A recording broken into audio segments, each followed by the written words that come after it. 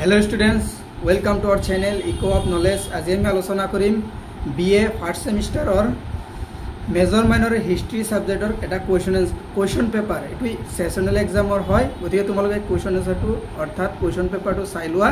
আৰু short question কেইটাৰ আমি आन्सरখিনি দি দিম লগে লগে তোমালোকে চাই লোৱা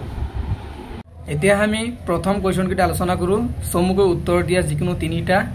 খ্ৰীষ্টীয় ষষ্ঠ শতিকাত ভাৰতত কিমানটা মহাজনপদ আছিল ইয়াত এটো आन्सर হ'ব 16 খন আৰু বি নম্বৰটোত আছে ইন্ডিকা গ্ৰন্থৰ লেখক কোন এটো হ'ব মেগাস্থেনিছ সি নম্বৰত আছে মহেঞ্জোদাৰো শব্দৰ অৰ্থ কি এটো হ'ব মৃতকৰ সমাধি ডি নম্বৰত আছে এলাহাবাদ স্তম্ভ প্ৰশস্তি কোনে লিখিছিল এটো হৰিহেন এটো দুই নম্বৰত আছে উত্তৰলিখা যিকোনো এটা বৌদ্ধ ধৰ্মৰ প্ৰতিষ্ঠাপক কোন আছিল বৌদ্ধ ধৰ্মৰ দুটা পন্থাৰ নাম লিখা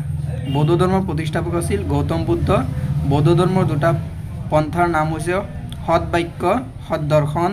আৰু এতিয়া দুই নম্বৰৰ বি নম্বৰটো যে জৈন ধৰ্মৰ প্ৰতিষ্ঠাপক কোন আছিল জৈন ধৰ্মৰ দুটা পন্থাৰ নাম লিখা জৈন ধৰ্মৰ প্ৰথম তীৰ্থংকৰ আছিল ঋষভ কিন্তু ঋষভৰ দিনত জৈন ধৰ্মৰ প্ৰসাৰতা লাভ কৰা নাছিল আৰু মহাবীৰকো জৈন ধৰ্মৰ প্ৰৱৰ্তক বুলি কোৱা হয় মহাবীৰৰ দিনত জৈন ধৰ্মৰ প্ৰসাৰতা লাভ কৰিছিল এই কাৰণে মহাবীৰকে জৈন ধৰ্মৰ প্ৰৱৰ্তক বুলি কোৱা হয় জৈন ধৰ্মৰ দুটা পন্থাৰ নাম হ'ল অহিংসা আৰু সত্যবাদিতা এতিয়া ৩ নম্বৰ কোৱেশ্চন সমুদ্ৰকা লিখা যিকোনো এটা হৰপ্পাৰ নগৰ পৰিকল্পনা আৰু বি নম্বৰত আছে এটো যেহেতু দিগলীয়া কোৱেশ্চন এটো আনসাৰটো মুখেৰে কৈ দিয়াটো সম্ভৱ নহয়